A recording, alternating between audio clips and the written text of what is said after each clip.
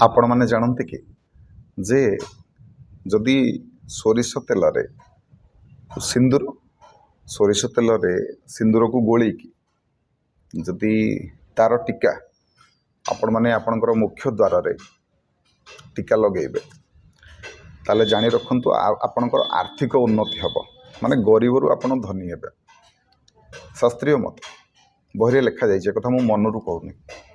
सोरिष सिंदूर रे सोरिष तेल गोलैदेवे गोलैकी टीका आपण लगेदेवे आपणकर मुख्य दरजारे एमती प्रत्येक दिन करंत पूजा करेंगे कर सारा पर कामटी करेंगे देखिए निश्चिंत भाव में आपणकर आर्थिक पक्ष मजबूत हम धन पक्षटी आपणकर मजबूत हम जो धनर समस्या आप भोग करुँच आगू को करेंगे किंतु कामटी प्रतिदिन करंतु।